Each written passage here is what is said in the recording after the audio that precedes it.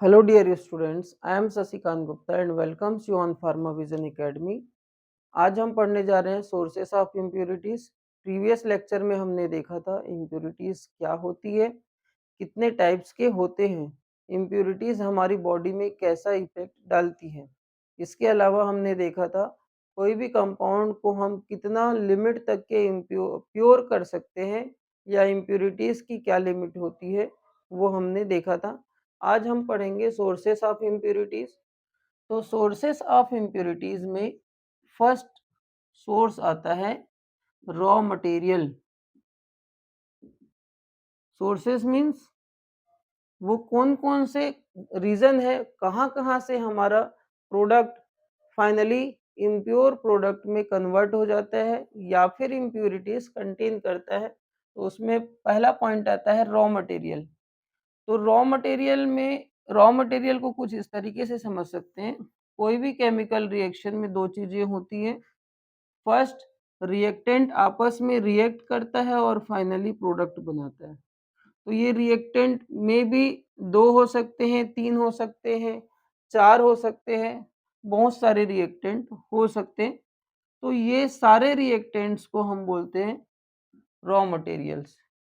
Simple सा आप घर में कोई डिश बना रहे हैं तो उस पर्टिकुलर डिश को बनाने के लिए जो भी चीजें लगेंगी वो सारे के सारे रॉ मटेरियल्स होंगे। तो डिश हो गया, जो बना बुनाया डिश है वो फाइनल प्रोडक्ट, और उसको बनाने के लिए जो लग रहा है वो रॉ मटेरियल्स।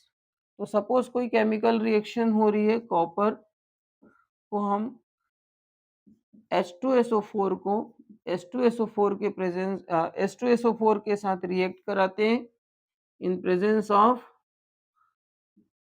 Nitric acid. ये बनता है कॉपर सल्फेट में। तो ये जो कॉपर सल्फेट है वो फाइनल प्रोडक्ट है, ये है आपका रॉ मटेरियल।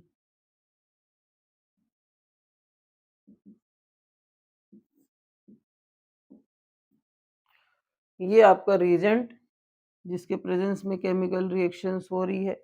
रीजेंट बहुत कम अमाउंट में लगता है पर्टिकुलर केमिकल रिएक्शंस में, और रॉ मटेरियल ज़्यादा अमाउंट में लगता है। तो ये रॉ मटेरियल्स के अंदर अगर इम्प्योरिटीज पाई जाएगी तो वो आपके फाइनल प्रोडक्ट में दिखेगा। This is the first reason. तो प्रोडक्ट बनाने से पहले हम रॉ मटेरियल की प्रॉपर लिमिट उसके उसके अंदर कौन कौन सी इम्प्योरिटीज है वो पूरा हम क्रॉस चेक करते हैं, तभी हम प्रोडक्शन में उस पर्टिकुलर रॉ मटेरियल को यूज करते हैं। अगर उसके अंदर लिमिट से ज़्यादा इम्प्योरिटी है तो उसको रिजेक्ट कर देते हैं। उसके बदले फिर से हम दूसरे रॉ मटेरियल मंगाते हैं या ऑर्डर करते हैं, और उसकी वापस से लिमिट टेस्ट चेक करके या फिर लिमिट्स ऑफ इम्प्योरिटीज चेक करके हम उसको यूज करते हैं। सेकेंड पॉइंट आता है आपका रीजेंट।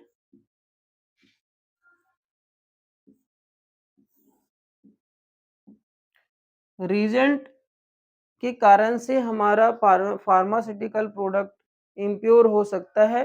यदि रीजेंट के अगर कोई रीजेंट आप यूज कर रहे हैं उसमें अगर किसी भी टाइप की इम्प्योरिटीज हो तो वो सारे के सारे रीजेंट आपके फाइनल प्रोडक्ट को इम्प्योर कर सकती है।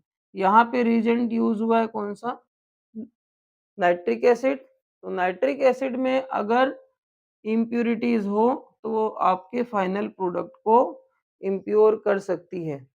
तो रीजेंट भी आपका प्योर होना बहुत जरूरी है। प्योरिटी आपको एक्सट्रीमली एब्सोल्यूट प्योर नहीं चाहिए रहता है। लिमिट ऑफ इम्प्योरिटीज को ध्यान में रखते हुए हम प्योर कंपाउंड परचेज करते हैं।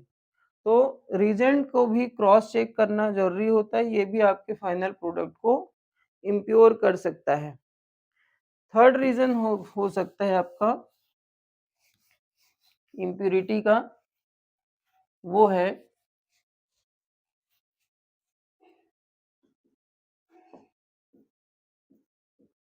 मैन्युफैक्चरिंग मेथड्स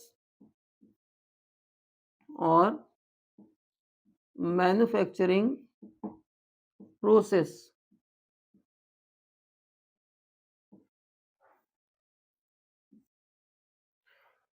तो कोई भी फाइनल फार्मास्यूटिकल प्रोडक्ट बनता है बहुत सारे मेथड्स के यूज करके, बहुत सारे प्रोसेस को यूज करके, बहुत सारी ऐसी केमिकल रिएक्शंस होती हैं, मल्टी स्टेप्स होती है। कई केमिकल रिएक्शन में रिडक्शन होता है, हैलोजिनेशन होता है, ऑक्सीडेशन होता है, सल्फोनेशंस होते हैं। इसके अलावा बहुत सारे ऐसे केमिकल रिएक्शंस होते हैं जो स्पेसिफिक टेम्परेचर, प्रेशर और स्पेसिफिक पीएच पे होती है। तो ये सारे के सारे जितने भी कंडीशंस हैं, वो सारा कंडीशंस किसी एक पर्टिकुलर प्रोडक्ट के लिए एसओपीज कहलाता है। मीन्स कोई भी फार्मास्यूटिकल कंपाउंड आप बना रहे हो, सपोज प्रोडक्ट बना रहे हो, तो वो पर्टिकुलर प्रोडक्ट को बनाने के लिए इंडस्ट्रीज का अपना एसओपी होता है, स्टैंडर्ड ऑपरेटिंग प्रोसीजर इसको बोलते हैं। उस स्टैंडर्ड ऑपरेटिंग प्रोसीजर के अकॉर्डिंग सारे कंडीशंस पहले से लिखे होते हैं, डिटरमाइंड होते हैं। सपोज किसी चीज को आपको मिक्स करना है, तो उसमें टाइम लिखा रहेगा, 30 मिनट्स तक की मिक्स करनी है। उसके अलावा मिक्स करने के लिए आप कोई इंस्ट्रूमेंट यूज करोगे तो उसके अंदर आरपीएम लिखा रहेगा, कितने 15 50 100 आरपीएम में यूज करना है, या फिर 12,000 आरपीएम में आपको यूज करना है। इसके अलावा टेम्परेचर मेंशन रहेंगी। इसके अलावा यदि कोई chemical reaction pH, specific pH पे हो रहा है तो स्पेसिफिक पीएच मेंशन रहेगा। इसके अलावा कोई स्पेसिफिक प्रेशर आपका यूज हो रहा है तो स्पेसिफिक प्रेशर का कंडीशंस उसमें लिखा रहेगा। तो जो भी आप मेथड्स यूज कर रहे हैं वो मेथड स्टैंडर्ड होनी चाहिए, और उस स्टैंडर्ड मेथड के यूज करने से आपका फाइनल प्रोडक्ट सही से बनता है। यदि आपको 120 डिग्री सेंटीग्रेड दिया है और आप 100 डिग्री सेंटीग्रेड में करा रहे हो केमिकल रिएक्शन, तो जितने भी रिएक्टेंट है वो फाइनल प्रोडक्ट में कन्वर्ट नहीं होंगे। वो रिएक्टेंट कहीं ना कहीं बच जाएगा, मतलब कंप्लीट रिएक्शन होगा नहीं, या फिर जो प्रोडक्ट आपको चाहिए वो कंप्लीटली मिलेगा नहीं। तो आपके जो मेथड्स है वो एकदम क्लियर होने चाहिए। आप जो सॉल्वेंट यूज कर रहे हो वो भी प्योर होने चाहिए। कभी कभी होता यह है कि जो प्रोडक्ट बना है उस प्रोडक्ट को साफ करने के लिए, उस प्रोडक्ट के अंदर जो भी इम्प्यूरिटीज रहती है, उस प्रोडक्ट की इम्प्यूरिटीज को रिमूव करने के लिए, सपोज इसमें कैल्शियम की इम्प्यूरिटीज है इस प्रोडक्ट में, तो इस प्रोडक्ट में कैल्शियम की इम्प्यूरिटीज को रिमूव करने के लिए आप सपोज कोई दूसरा कंपाउंड ले रहे हैं, बी, तो ये बी इस कैल्शियम के साथ रिएक्ट करके कोई थर्ड कंपाउंड बनाएगा और इस प्रोडक्ट को प्योर कर देगा। तो प्रोडक्ट प्योर हो जाएगा, कैल्शियम इस बी के साथ कंप्लीटली रिएक्ट करके अलग हो जाएगा। मीन्स आपका फाइनल प्रोडक्ट प्योर तो हो गया। जब अगर ये कंप्लीटली प्योर हो गया है, अगर ये कैल्शियम पूरी तरीके से बी के साथ रिएक्ट कर लिया है तभी प्योर होगा, अदरवाइज होगा क्या, बी कैल्शियम के साथ पूरी तरीके से रिएक्ट नहीं किया है और बी का कुछ अमाउंट रह गया है, वो बी का अमाउंट पी के साथ अटैच हो जाएगा। मीन्स किसी प्रोडक्ट की इम्प्यूरिटीज को रिमूव करने के लिए आप कोई तीसरा चीज लेते हैं और वो तीसरा चीज आपके प्रोडक्ट में रह जाता है, तो वो भी इम्प्यूरिटी कॉज कर सकता है।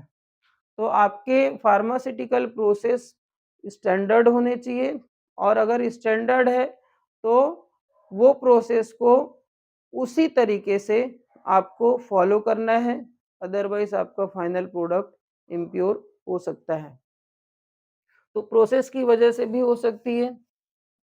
इसके अलावा आप डिफरेंट डिफरेंट सॉल्वेंट यूज करते हैं। सॉल्वेंट में यूनिवर्सल सॉल्वेंट वाटर है, तो वाटर भी अलग अलग टाइप्स की इम्प्यूरिटीज कंटेन करता है। फर्स्ट है टैप वाटर। तो टेप वाटर में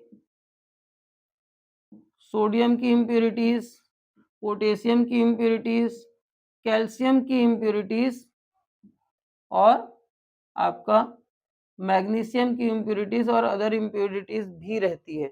इसको बोलते हैं मोनोवेलेंट केटाइन, इसको बोलते हैं divalent cations. Monovalent means one positive charge और डाईवेलेंट मीन्स जिसकी वैलेंसी 2 हो। तो टेप वाटर में इसके अंदर ऑर्गेनिक इम्प्योरिटीज भी रहती है और इनऑर्गेनिक इम्प्योरिटीज। तो इनऑर्गेनिक इम्प्योरिटीज तो यही हो गया। इसके अलावा सॉफ्ट वाटर आप बनाते हैं तो डाईवेलेंट केटाइंस हट जाता है, सिर्फ मोनोवेलेंट केटाइंस रहता है और ऑर्गेनिक इम्प्योरिटीज रहती है, organic and inorganic soft water के केस में, सॉफ्ट वाटर के केस में। ठीक, तो टेप वाटर में दोनों इम्प्योरिटीज रहेंगी, सॉफ्ट वाटर में सिर्फ मोनोवेलेंट केटाइंस रहेंगे और ऑर्गेनिक इम्प्योरिटीज रहेंगी, डाईवेलेंट केटाइंस हट जाते हैं। ठीक है, तो सॉफ्ट वाटर के अलावा एक और वाटर होता है आपका जिसका नाम है डीमिनरलाइज वाटर। तो डीमिनरलाइज वाटर में ये जितने भी मिनरल्स हैं मोनोवेलेंट और divalent, monovalent means 1 positive, divalent means 2 positive, ये दोनों के दोनों इम्प्योरिटी हट जाती है। ठीक है, आयन एक्सचेंज रेजिन मेथड से हम मिनरल्स को पूरा हटा देते हैं। इसके अलावा एक होता है डिस्टिल्ड वाटर,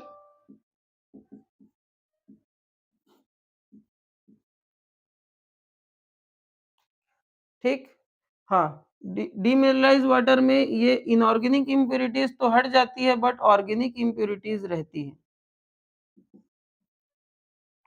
तो उसको हम डिस्टिलेशन के थ्रू रिमूव कर देते हैं।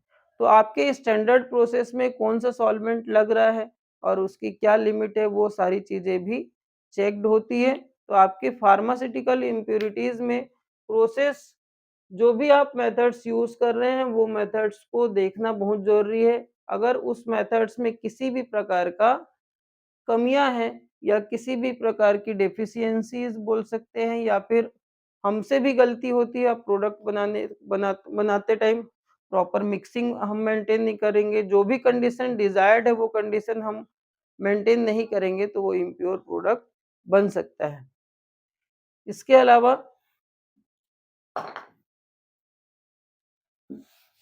नेक्स्ट रीजन आता है इम्प्योरिटी के सोर्सेस में, वो है इंटरमीडिएट प्रोडक्ट्स।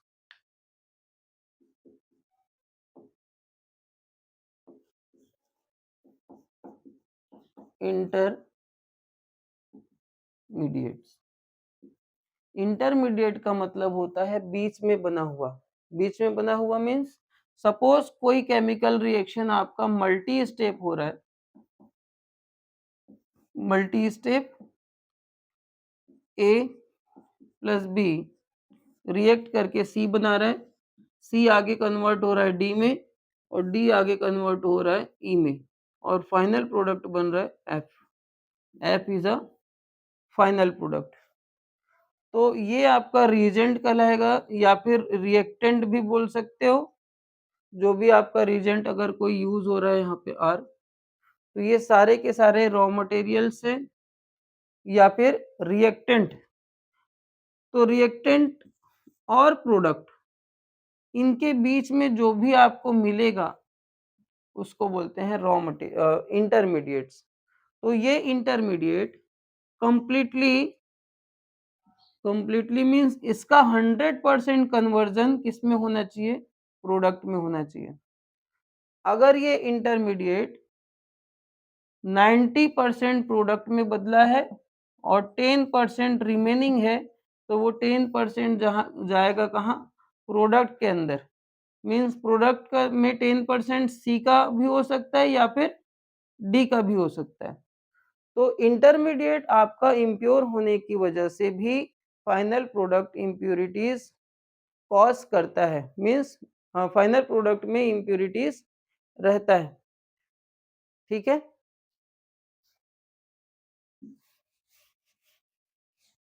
इसके बाद आता है इम्प्यूरिटीज में storage condition. Fifth reason that is storage condition.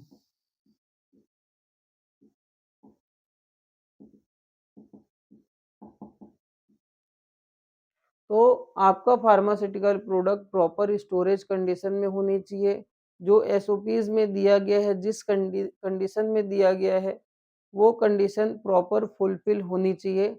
Otherwise आपका प्रोडक्ट इम्प्योर हो सकता है। इम्प्योर, तो स्टोरेज कंडीशन में आता है सबसे पहले कंटेनर। तो कंटेनर किस चीज का बना है और उस कंटेनर्स को बनाने के लिए कौन कौन से ऐसे प्रॉपर कंडीशंस मेंटेन किया गया है, कौन कौन से मटेरियल से वो बना है, वो सारी चीजें स्पेसिफाइड होती है। और हर प्रोडक्ट का अपना अपना स्पेसिफिक कंटेनर होता है। जैसे सैलिसिलिक एसिड की क्रीम को हम मेटल ट्यूब में नहीं रख सकते, तो उसको अलग स्टोरेज कंडीशन दिया जाएगा। तो वो कंटेनर का स्पेसिफिकेशन पूरा का पूरा आपको डिटेल में दिया रहता है, उसको फॉलो करना पड़ता है, उसी पर्टिकुलर कंटेनर में उस प्रोडक्ट को रखना पड़ता है। तो अगर वो कंटेनर में किसी भी टाइप का लीकेज है, तो लीकेज हो जाने से एयर का इंट्रैपमेंट होता है, वाटर का इंट्रैपमेंट होता है मॉइस्चर के फॉर्म में। इसके अलावा आपका माइक्रो ऑर्गेनिज्म भी उस प्रोडक्ट को इम्प्योर कर सकता है। एयर के होने से ऑक्सीडेशन होगा, ऑक्सीजन रहेगा। वाटर के प्रेजेंस हो जाने से हाइड्रोलाइसिस होगा। और माइक्रो ऑर्गेनिज्म अगर प्रेजेंट है, तो माइक्रो ऑर्गेनिज्म की वजह से भी आपका प्रोडक्ट इम्प्योर हो सकता है। तो स्टोरेज कंडीशंस अगर प्रॉपर नहीं है, अगर आपका प्रोडक्ट ओपन है, तो ओपन है तो डस्ट पार्टिकल भी आ सकता है। इसके अलावा इंसेक्ट्स भी आ सकते हैं, इंसेक्ट्स। ठीक है। इसके अलावा मेटल्स जो एयर में रहते हैं डस्ट पार्टिकल के फॉर्म में, वो सारे के सारे आपके फार्मास्यूटिकल कंपाउंड को इम्प्योर कर सकता है। टेम्परेचर प्रॉपर अगर दिया है, अगर उसमें लिखा है कि 20 लेस देन 15 डिग्री सेंटीग्रेड में आपको मेंटेन करके रखना है, लेकिन आप उसका टेम्परेचर 25 डिग्री या फिर 30 डिग्री सेंटीग्रेड रूम टेम्परेचर के आसपास मेंटेन कर रहे हो, उस कंडीशन में भी आपका प्रोडक्ट डिग्रेडेट हो सकता है। तो स्टोरेज कंडीशन प्रॉपर होनी चाहिए, अदरवाइज आपका कंपाउंड इम्प्योर हो सकता है। This is fifth reason, storage condition. Next हम देखेंगे डिकम्पोजिशन ड्यूरिंग स्टोरेज। डिकम्पोजिशन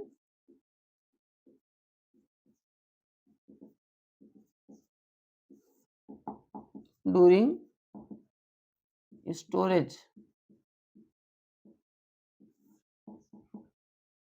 आपका आज फाइनल प्रोडक्ट बना है और उस फाइनल प्रोडक्ट को आप किसी पर्टिकुलर स्पेसिफिक कंटेनर में एसओपी के अकॉर्डिंग जो कंटेनर मेंशन है, उस कंटेनर में आपने रख दिया। तो वो कंटेनर में वो प्रोडक्ट उसके एक्सपायरी डेट तक रहता है।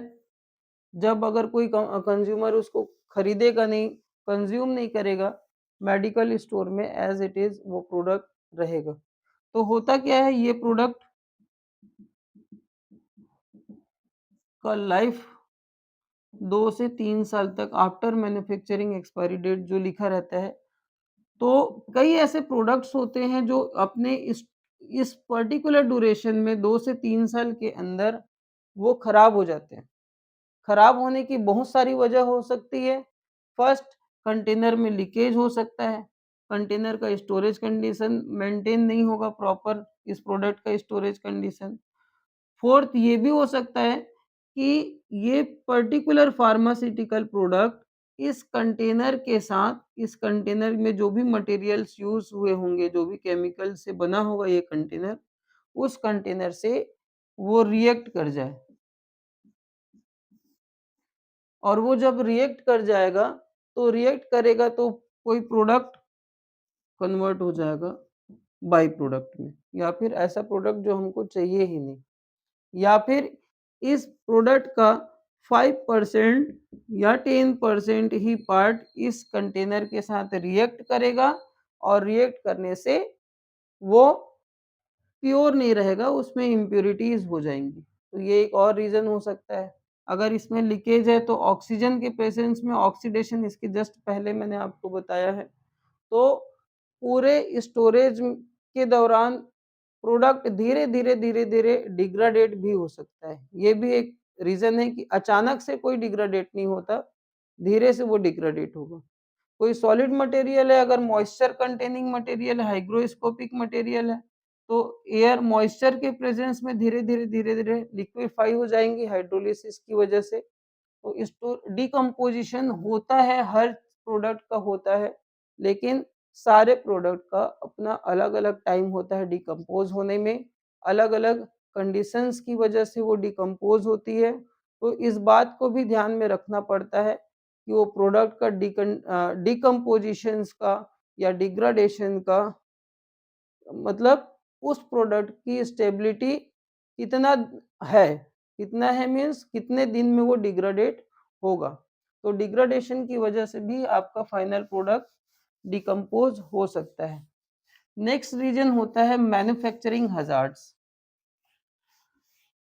हजार्ड्स का मतलब होता है ऐसी घटनाएं जो आपको पसंद नहीं है, दुर्घटनाएं। तो मैन्युफैक्चरिंग हजार्ड्स, तो आपने सब चीज अच्छे से किया है, बट कभी कभी ऐसी इंसिडेंस हो जाती है जो हम जानबूझ के नहीं करते, लेकिन वो गलती से हो जाती है, दैट इज कॉल्ड हजार्ड्स। तो ऐसे केस में आप अगर फाइनल फार्मास्यूटिकल प्रोडक्ट बना रहे हो, तो वो प्रोडक्ट प्रोडक्ट के अंदर गलती से कोई डस्ट पार्टिकल चला गया, ठीक है, डस्ट पार्टिकल में मेटल्स भी हो सकते हैं। इसके अलावा कोई इंसेक्ट्स चले गए, या फिर ओपन आपने रख दिया है तो माइक्रोब उसके अंदर चले गया, ठीक।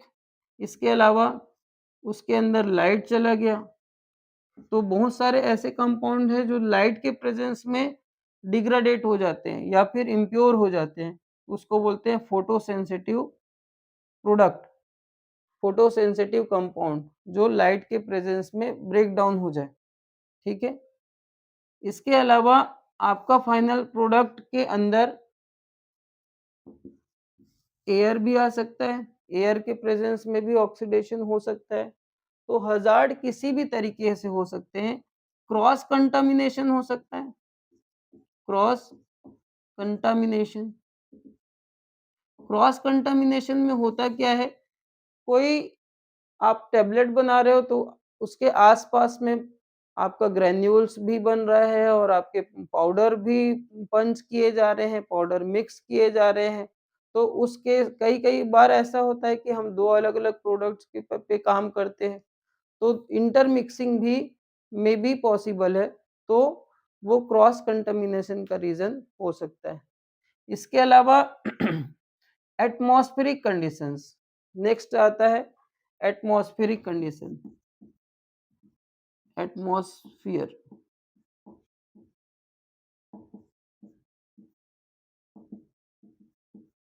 देखिए, आप जो प्रोडक्ट बना रहे हैं, उस प्रोडक्ट में जो भी मैन्युफैक्चरिंग एरिया है, उस मैन्युफैक्चरिंग एरिया का भी स्टैंडर्ड एसओपी में स्पेसिफिकेशन लिखा रहता है, ठीक।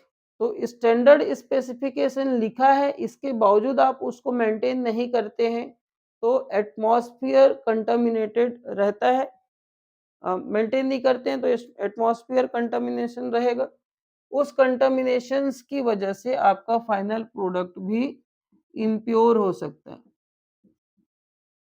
आपके एटमॉस्फेयर में ये सारे चीजें अगर अवेलेबल है, लाइट अवेलेबल है, एयर अवेलेबल है, माइक्रो ऑर्गेनिज्म अवेलेबल है, डस्ट पार्टिकल अवेलेबल है, इंसेक्ट्स अवेलेबल है, तो उस केस में आपका फाइनल प्रोडक्ट इम्प्योर हो सकता है। तो एटमॉस्फेरिक कंडीशन भी बहुत ही ज़्यादा इम्पोर्टेंट रोल प्ले करता है।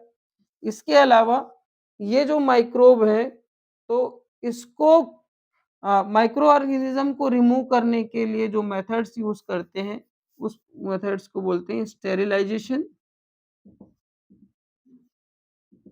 Sterilisation sterilisation is the process in which we can complete kill the microbe or microorganism from pharmaceutical product।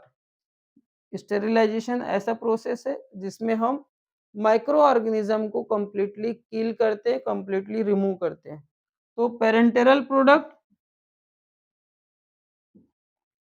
इस पेरेंटेरल प्रोडक्ट और ऑप्थेल्मिक,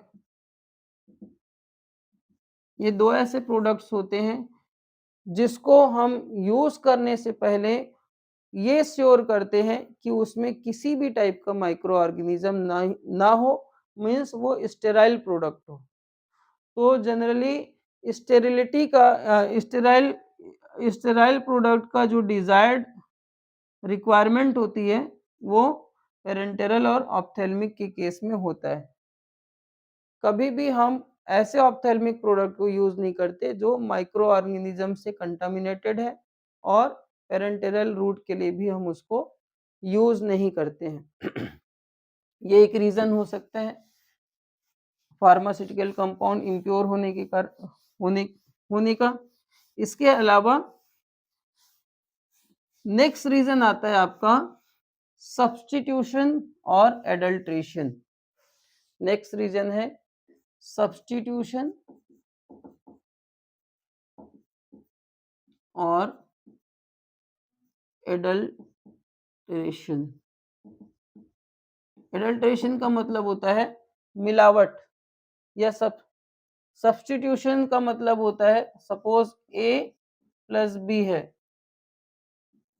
ठीक, तो बी की जगह हम ए प्लस सी ले लिए तो वो कहलाता है सब्स्टिट्यूशन। मीन्स किसी एक चीज को कंप्लीटली दूसरे के द्वारा रिप्लेस कर देना सब्स्टिट्यूशन कहलाता है। सपोज सेम दिखने वाला कोई प्रोडक्ट, सपोज ए के जैसा दिखने वाला प्रोडक्ट ए डेज को हम इसके जगह से इसके बदले यूज कर रहे हैं तो वो कहलाता है सब्स्टिट्यूट। एक के बदले कोई दूसरा आ गया है तो वो कहलाता है सब्स्टिट्यूट। तो एडल्ट्रेशन और सब्स्टिट्यूट में क्या डिफरेंस है? एडल्ट्रेशन में हम कुछ पोर्शन मिलाते हैं। सपोज कोई कंपाउंड 99% प्योर है और उसी कंपाउंड के जैसा दिखने वाला सब स्टैंडर्ड में, ये आपका स्टैंडर्ड लिमिट है, उसमें हम मिला दिए कितना 10% इम्प्यूरिटीज। मीन्स अब ये हम यूज कर रहे हैं इसका 99% के बदले 89% प्योर और 10% उसी के जैसा दिखने वाला या सब स्टैंडर्ड मेडिसिन, तो उसको बोलते हैं एडल्ट्रेशन। एडल्ट्रेशन मीन्स मिलावट, substitution means completely replaced by other things, that is called substitution. तो फार्मास्यूटिकल इम्प्यूरिटीज में सब्स्टिट्यूशन या एडल्ट्रेशन दो रीजन से हो सकती है। फर्स्ट है more profit, more profit means ज्यादा से ज्यादा कमाई के चक्कर में पूरे मार्केट में मिलावट होता है। ये मिलावट की वजह से हेल्थ इश्यूज भी आती है, और कभी कभी सब्स्टिट्यूशन या एडल्ट्रेटेड प्रोडक्ट आपकी बॉडी में कोई भी हार्मफुल इफेक्ट नहीं दिखाता। ये इम्प्यूरिटीज की डेफिनेशन में मैंने आपको बताया था। तो आपका फार्मास्यूटिकल प्रोडक्ट में सब्स्टिट्यूशन की वजह से या एडल्ट्रेशन की वजह से इम्प्योर हो सकता है। तो this is all about sources of impurities. ये एग्ज़ाम में प्रीवियस लेक्चर में मैंने आपको बताया था एग्ज़ाम में 10 मार्क्स का क्वेश्चन आता है। सेशनल और सेमेस्टर एग्ज़ाम के लिए बहुत ही ज़्यादा इम्पोर्टेंट क्वेश्चंस है। What is what is impurities? Explain in detail about sources of impurities 10 marks question में आता है। तो सोर्सेस ऑफ इम्प्यूरिटीज़ में यहीं तक है। इसके अलावा हम नेक्स्ट लेक्चर में पढ़ेंगे लिमिट टेस्ट। ठीक है? Thank you for watching. इस चैनल को सब्सक्राइब करें, लाइक करें और शेयर करें। बेल आइकॉन को ज़रूर प्रेस करें ताकि आपको लेटेस्ट अपडेट मिलता रहे। Thank you.